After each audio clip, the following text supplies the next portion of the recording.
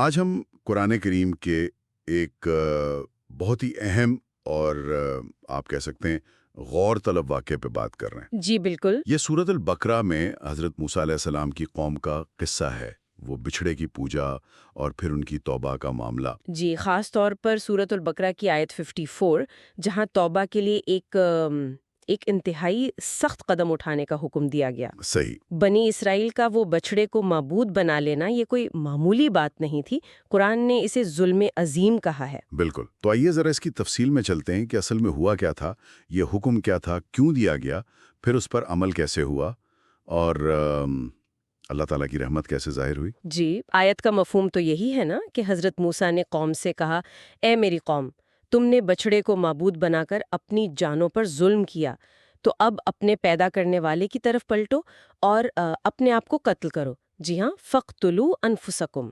جی، یہ تمہارے لیے تمہارے پیدا کرنے والے کے نزدیک بہتر ہے۔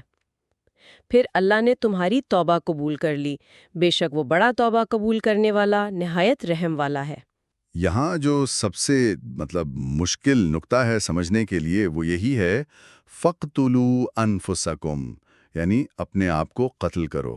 جی، تو مفسرین یعنی جو قرآن کی تفسیر کرتے ہیں وہ عام طور پر یہی بتاتے ہیں کہ اس کا مطلب یہ نہیں تھا کہ ہر کوئی خود اپنی جان لے لے، اچھا، بلکہ حکم غالباً یہ تھا کہ وہ لوگ جنہوں نے یہ گناہ نہیں کیا تھا، یعنی بچھڑے کی پوجا نہیں کی تھی، وہ ان لوگوں کو قتل کریں جنہوں نے یہ شرک کیا تھا۔ اچھا، یعنی گناہ گاروں کو بے گناہ قتل کریں۔ یہ تو بہت ہی سخت حکم ہے۔ بہت سخت۔ دیکھیں، شرک جو ہے وہ اسلام میں سب سے بڑا گناہ سمجھا جاتا ہے، تو یہ ایک طرح سے اس گناہ کی سنگینی کو ظاہر کرتا ہے۔ لیکن پھر بھی یہ بہتر کیسے ہو سکتا تھا؟ آیت میں ہے ذالکم خیر لکم، اس کی کیا حکمت بیان کی گئی ہے؟ جی، یہ اہم سوال ہے۔ تفاسیر میں آتا ہے کہ یہ انتہائی قدم اس لیے ضروری تھا تاکہ پوری قوم جو ہے وہ شرک کی آپ کہیں نجاست سے پاک ہو جائے۔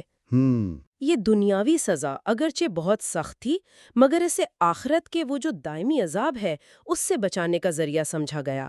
تو اس لحاظ سے یہ خیر یعنی بہتر تھا، ایک طرح کا اجتماعی کفارہ تھا۔ صحیح۔ تو قوم نے کیا کیا؟ کیا انہوں نے یہ حکم مان لیا؟ روایت تو یہی کہتی ہے کہ انہوں نے اطاعت کا فیصلہ کیا، سب ایک میدان میں جمع ہو گئے۔ اچھا۔ اور حکم کے مطابق سر بھی جھکا لیے۔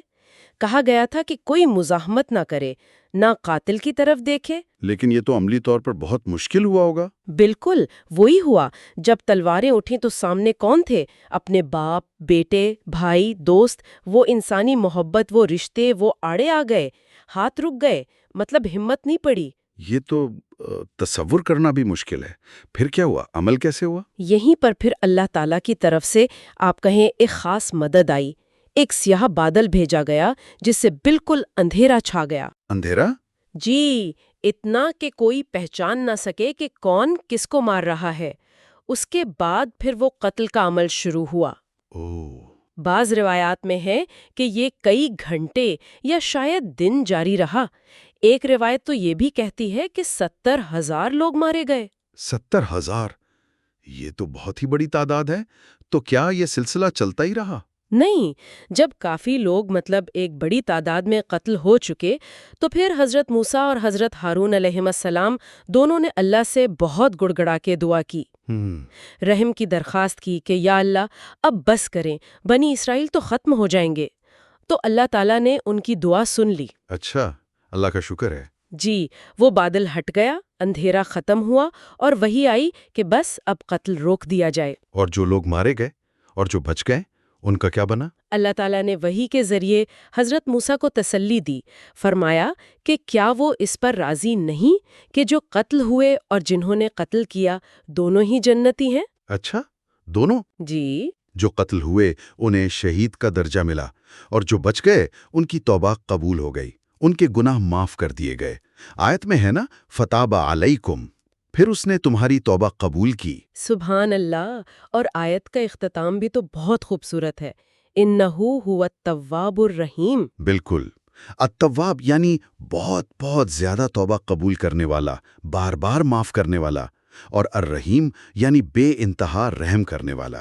یہ کتنی اہم بات ہے کہ اتنے سخت حکم اور اس پر عمل کے فوراً بعد اللہ اپنی ان صفات کا ذکر کر رہا ہے۔ یقیناً اس سے یہی ظاہر ہوتا ہے کہ مقصد سزا دینا برائے سزا نہیں تھا بلکہ پاک کرنا تھا، اور جیسے ہی وہ مقصد پورا ہوا اور قوم نے اطاعت اور پھر دعا کا راستہ اختیار کیا، فوراً اللہ کی رحمت متوجہ ہوئی۔ جی، بلکہ اس واقعے کے بعد حضرت موسیٰ کو حکم بھی ہوا تھا کہ وہ قوم میں سے 70 نیک لوگ منتخب کر کے کوہ طور پر لائیں تاکہ اجتماعی طور پر معافی مانگی جا سکے۔